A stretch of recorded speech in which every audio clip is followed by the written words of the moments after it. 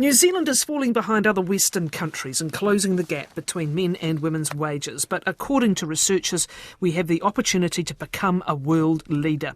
The average gender pay gap here is 9%, though it's 25% if you account for the difference in pay between a Pasifika woman and a Pākehā man. Australia, the UK, France, Spain, Sweden and South Africa have all introduced compulsory reporting. New Zealand has not. A new report analysing the gender pay gap reporting in these 6 countries, prepared for the United Nations by the Global Institute for Women's Leadership at King's College London, shows there's a growing appetite for change and transparency in many countries. That organisations think it's important to publicly report their pay gap and that they can profit from it. Minna Cowper-Coles is a research fellow and the author. Kia ora, Minna. Hello, good morning. Lovely to talk to you. Mind the Gap New Zealand co-founder Delwyn Stewart wants the gender pay gap reporting to happen here, including Māori and Pasifika pay gaps, and for it to be mandatory. Morena Delwyn. Morena. And she says if New Zealand accomplishes ethnic pay gap reporting, it could be ahead in world rankings. Also with us, the former Westpac chief executive, now Kiwi Rail chair, David McLean. During David's time at Westpac, the company reported a gender pay gap where men were revealed to be paid on average 31% more than women. So what are business leaders doing? Good morning, David. Morena, Catherine. Good morning, everyone. Well, Minna, let's start with you. What does your report indicate, please, about the international trends?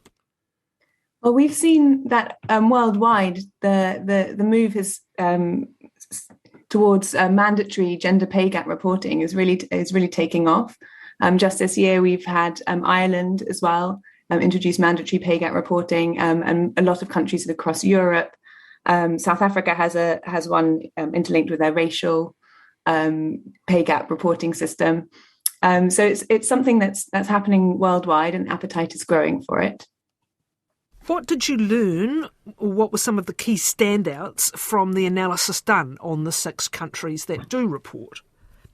So we found that on we looked at these 6 countries, that they're only a fraction of the ones which actually have mandatory pay gap reporting, but we found that there are certain elements that make for really good pay gap reporting, and when they're lacking, it can be not so effective. So we looked at things like having accountability mechanisms, making sure there was transparency built into the process, and we thought something that we'd love to see introduced more worldwide was an element of intersectionality, so ethnicity becoming something that can be reported on, because many countries, like in the UK, we have the pay gap is different across different ethnicities as well. And I think that's something where New Zealand has this opportunity to be very world leading and introduce exciting new legislation if you do go down that route. So where you hear that in this country there's a gender pay gap of 9% on average, but 25% when you include different ethnicities, that's exactly what you're saying is an opportunity for us to build in and actually show others. Exactly. I think the ethnicity element is really important in most countries where there's inequality. Having an ethnicity, an intersectional look at it, so not just gender but also ethnicity and any other like categories is quite useful if you can introduce that from the beginning.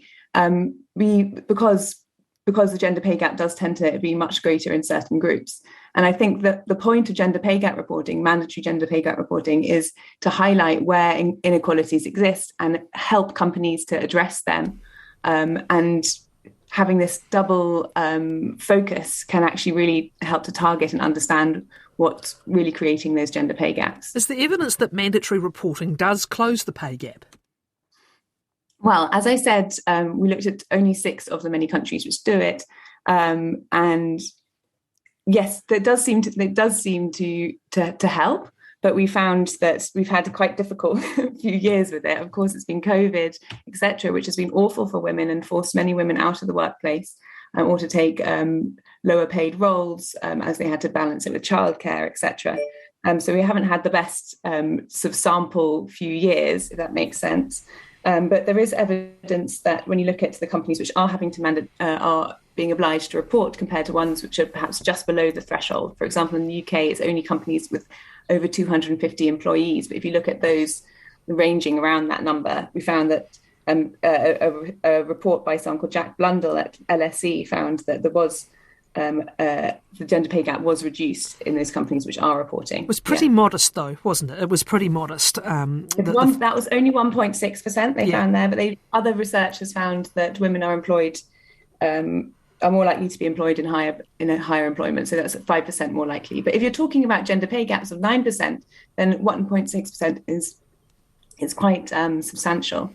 But as we said, it's been a difficult few years for it with COVID, etc. But also we have the problem that some of these systems that are already in place aren't as thorough as we would have liked to have seen them. For example, the UK, they have a transparency mechanism, but they don't require companies to set out action plans as to how they're going to try and tackle their pay gap. So is there consistency first in how it's reported? And then second, what is the difference? What makes a more quality scheme? You've alluded to one thing. Is there accountability afterwards? But first, is there clear consistency in the way things are reported? Absolutely not. So that's one of the things we really would love to look at. Different countries have completely different priorities. There's a kind of a general formula for the actual gender pay gap. But big multinational companies find it quite difficult where there are different criteria in different jurisdictions. So that there isn't like a global recognized criteria for what needs to be published, and that's something that I think would be great to work on.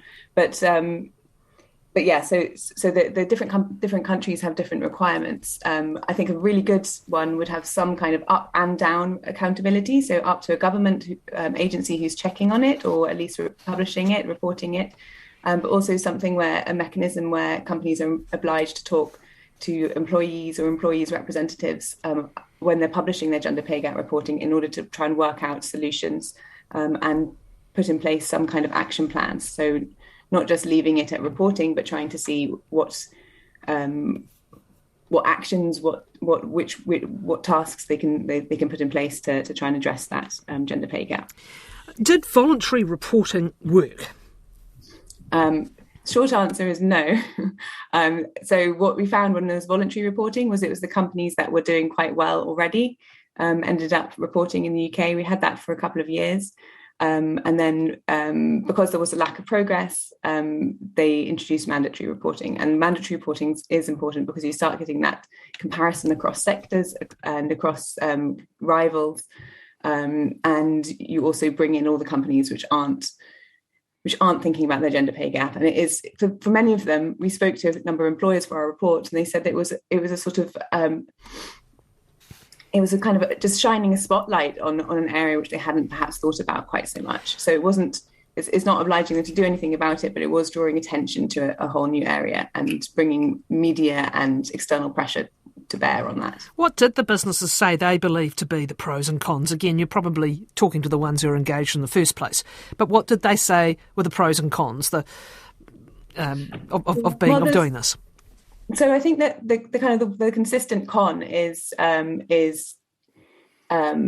purely a matter of like this administrative work going into it. But many of the employees we spoke to said the first year it took a bit of adjusting and working out, and what's included, what's not included. And then once they kind of worked that out, then it became much easier the following year, and it became more a matter of just a process that was in place, and it became much easier. But so there was the initial worry that the administrative burden was going to be a huge amount for employers, but they found it reduced over time as they got used to it. You mentioned the pandemic. It has exacerbated many inequities. Has it done so for the pay gap? Yes, very much so.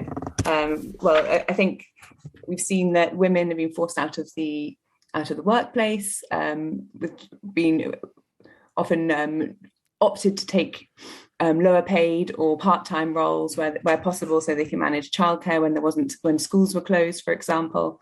And we found that women did that more than men. Some research by my colleagues here at King's College London was really looking at what kinds of employment women were forced out of or opted to leave, and what kind of work did work for women in the pandemic. And I think while we all know that COVID has shone a light on how like how many women have been forced out of work, etc. I also think it can be an opportunity to try and make progress on this. We've all seen flexible working and new models of work being pushed to the fore. So where it is possible to adjust workplaces to accommodate women, accommodate childcare, accommodate families, and accommodate those who have other caring responsibilities, then this is quite an important moment to do it. And that's why I'm hoping that we can learn lessons and we can make some kind of progress on the back of the global disaster that was, of course, COVID. Minna Cowper-Coles, thanks very much. Minna is a research fellow and was the report author on this report from King's College London.